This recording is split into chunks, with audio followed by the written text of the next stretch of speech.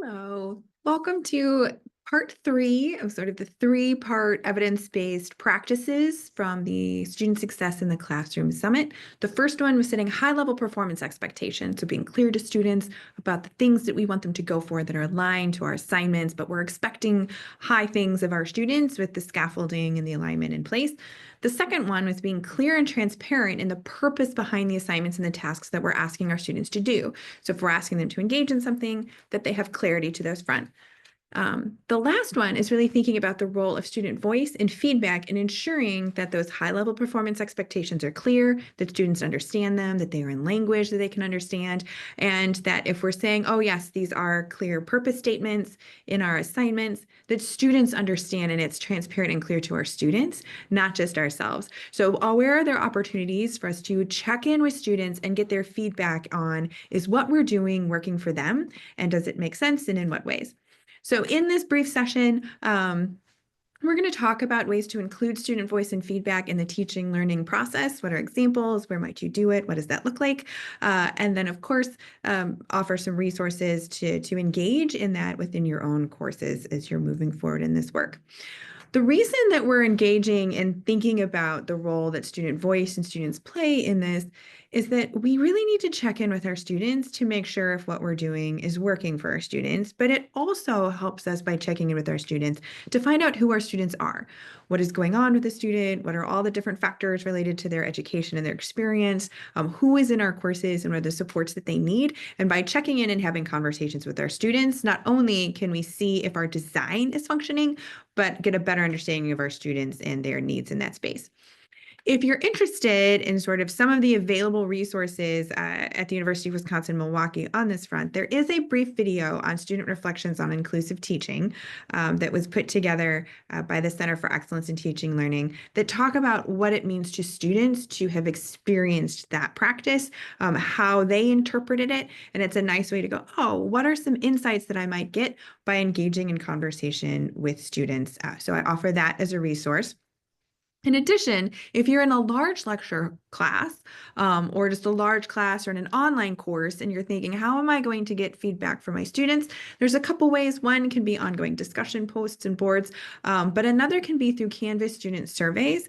There is in Canvas Commons an import option to bring in student surveys and ed tech talks. There's also a resource on how to go about doing this where you can give to students, assign them basically a survey that's just asking on feedback and or do you understand what's going on this week? Was this assignment clear? How are you motivated in this? Just check in, and there's questions there that you can modify that make it sense, but that's a way to get a large scale feedback from students without taking a lot of time per se.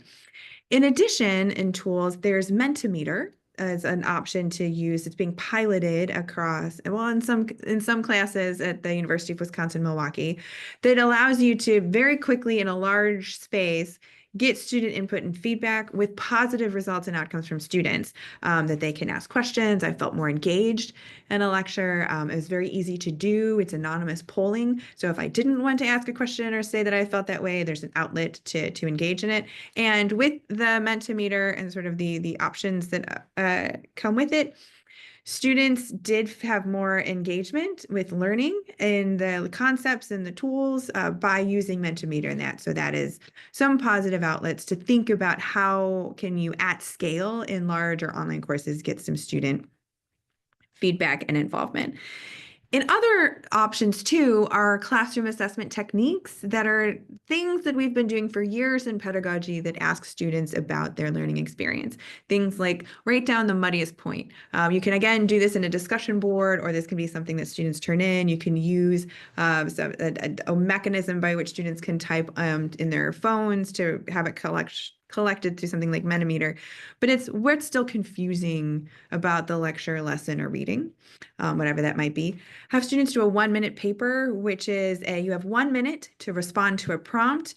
It's a short prompt, so you can't in a minute have a lot of other things that you're asking, but get them to think about what did we do today? What did you see was the main purpose of things that we were doing? And how does this connect to others? There's just some examples of questions you can do there. Another way to get some feedback on students on sort of where they're struggling that can inform your teaching or your design or your moving forward motions is a 3-2-1 format, where I write down as a student 3 things that I've learned, 2 examples of what I'm going to do with what I've learned, and then 1 space where I'm still confused or I'd like some additional information. So the point is there's a variety of ways that we can get some information from our students and engage them in a process for feedback. If you want some more, here are some additional elements to consider, such as think aloud through an assignment. If you've done a transparent prompt, tell the students, here's what I'm thinking and here's what I wrote this in. Does this make sense? And ask the students to share back. What did you hear? How did that go? You can do this too by creating a video introduction for an assignment that you post with an option for students to provide their commentary and feedback, or as part of an assignment of once you listen to my video, what do you think it is that I'm asking you to do? So you can capture this in online in addition to just sort of having a larger class discussion. You do concept mapping with students where you ask them to talk about how we've organized things and make connections between it, and just talk to them, ask them, engage in ongoing conversations with students that are just, is this working? What isn't? Where are you feeling overwhelmed? Where do you need additional support? And how does that fit together and play out? In that student feedback processes, you can also think about photo or social media campaigns. So if you are interested in widening the ways that students communicate and share with you, there's an option there. You can do exit interviews with students at the end of a course, at the end of a program, at graduation, on sort of how was your experience, what worked for you, what didn't. You can have students write a letter to incoming students that are telling what they wish they had known so that we can learn too things that we need to engage in providing support. Or you can even have students map a curriculum to say where they think they learned different knowledge, skills, and abilities to see if that lines up with where we thought we were teaching it to them, or how these intersect or do not in that space.